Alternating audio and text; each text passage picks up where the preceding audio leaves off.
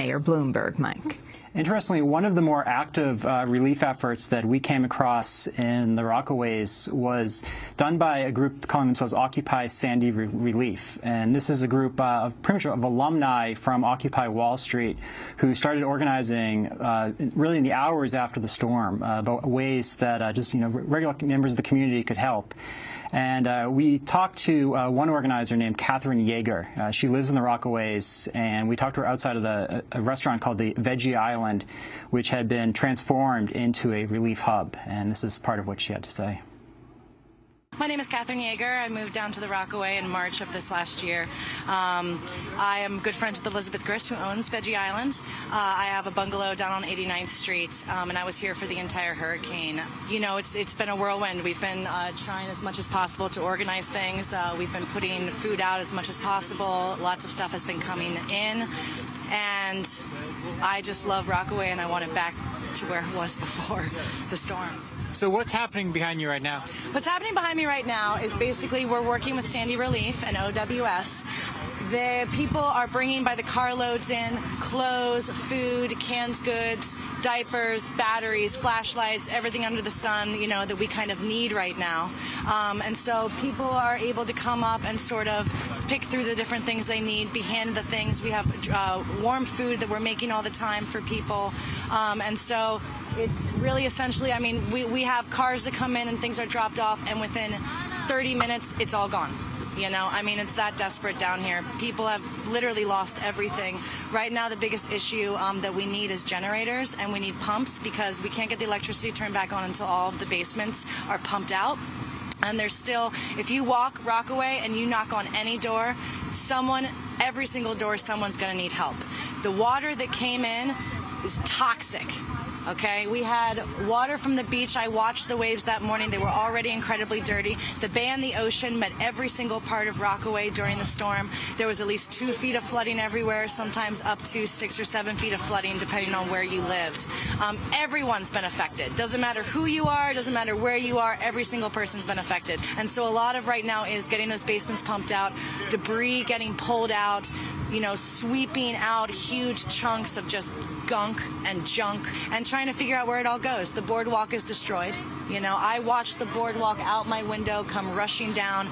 The water level here got up to about 5 feet, and the winds were almost 20 miles per hour, so it looked like the ocean coming through this entire place. I watched cars rolling down the street. I mean, it was scary. And out the window, you could see the fire. You could see this huge flame of fire coming from Breezy Point. And they really, I mean, there were, I think, 80 homes lost over there, and just devastated. So the last couple of days have been very inspiring because we've had so many people coming. People are starting to realize that Rockaway was hit as bad as it was hit, and they're coming to start helping and starting to think about us a little bit more. So we'll see what happens. I don't know when we're going to get electricity back. I don't know. A lot of the people's homes are heated by baseboard heaters, and this is salt water we're talking about. So salt water is going to kill everything, you know? Anything, any kind of tools or cars or anything that runs on these different motors or electricity, when that salt water hits it, it's destroyed, you know? Now, how are the relief efforts that are taking place here different from what we're seeing with FEMA and the National Guard down the street? FEMA down the street, from what I understand, is handing out pieces of paper that tell you to call a phone number to get help. Yeah. Here you come and you get help immediately. We're going to start organizing and having people come down with we're encouraging people who come down and want to do manpower help, bring your own cleaning supplies. Be your own self-sufficient cleaning person so that we can start sending you to homes and you just knock on the door and you can go in and you can start cleaning. You don't have to come here and grab cleaning supplies. You've got your own to go out. We're going to start trying to put signs up at the ends of streets and do red flags so that people can put red flags out if they do need help, so that we have a better idea of who's doing things on their own, who's okay, who's not. You know what I mean? Because it's hard. You walk around and it's just such devastation that you don't even quite know where to start. And sometimes when it's that overwhelming, you don't quite know where to go. FEMA's providing cell phone charging down there, but you gotta wait in line, I don't know, for an hour to be able to get your cell phone plugged in, you know? Besides that, I don't know what they're doing, you know? I've seen some cleanup. There was definitely a lot of the boardwalk that's been moved, but, you know, nothing that I'm sure is happening in Wall Street, or cleanup that's happening in other parts of Manhattan, you know. Speaking of Wall Street, what is the connection with Occupy Wall Street and this relief effort? Sandy Relief, basically, you know, Occupy Wall Street were one of the main people who started immediately knowing the Rockaway was the one that was the hardest hit. I was contacted pretty much immediately from friends of mine who are in Occupy Wall Street, like Bobby and Olivia Katz, you know, who contacted me and were reaching out and saying, we want to bring Occupy down there, we want to help with the relief effort, you know. And they've been the only ones that have really helped, you know what I mean, and really been able to make real tangible things that are going on right now. We've been open since 8 o'clock this morning.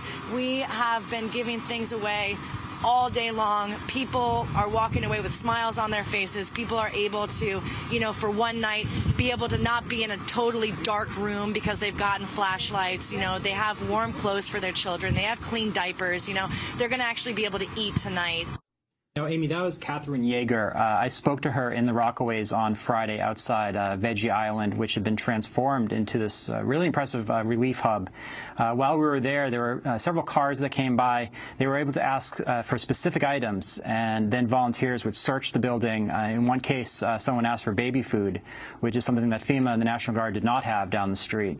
And they had a box of baby food. They were able to run it out to the car and give it to them, and they drove off with the baby food. It's interesting. There was an article in Slate yesterday titled, "Is Occupy Wall Street Outperforming the Red Cross in Hurricane Relief?" Well, that's an interesting question. We're going to go to break. When we come back, we're going to Staten Island, where the Staten Island Borough President has said, stop supporting the Red Cross. Stay with us. We played a clip of the Staten Island Borough President, James Molinaro, talking about the lack of American Red Cross response and the Red Cross apologizing, saying, you know, this was such a massive storm. They said afterwards, this is such a massive storm that it was difficult to actually get there. Well, Democracy Now! Has been on the ground from the beginning, and we're going to talk about who was there. We're joined by Democracy Now! Senior producer Mike Burke, Jessica Lee, our social media director who lives in Red Hook, and Steve Martinez, our video producer who lives in New Jersey, the hardest hit areas of the storm. Jessica, let's start with you, because what happened in Red Hook, and Mike, what you're talking about in speaking with the organizer for Occupy Wall Street in Rockaways, was quite stunning, the difference in the response. Jessica.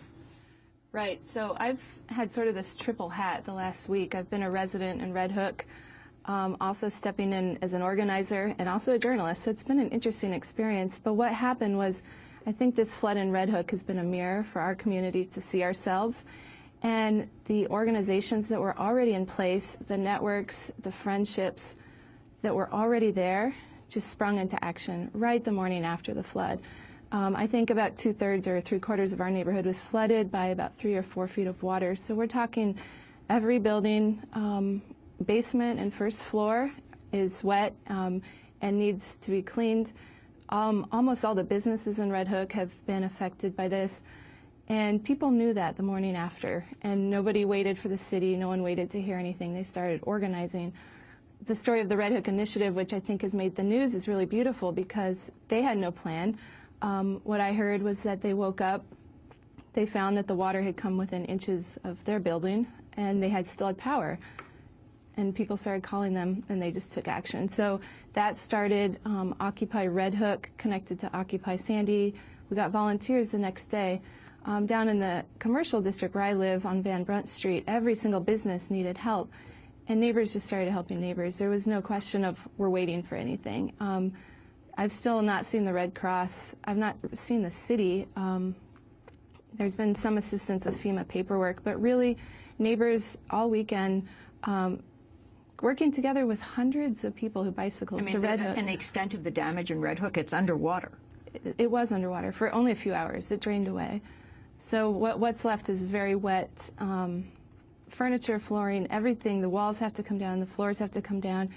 And right across the street from my house, actually, this volunteer center sprung out. And I still am not quite sure who's organizing it, but hundreds of people were down all weekend.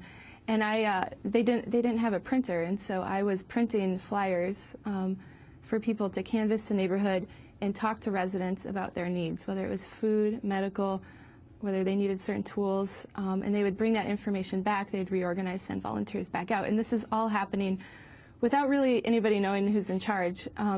So you have the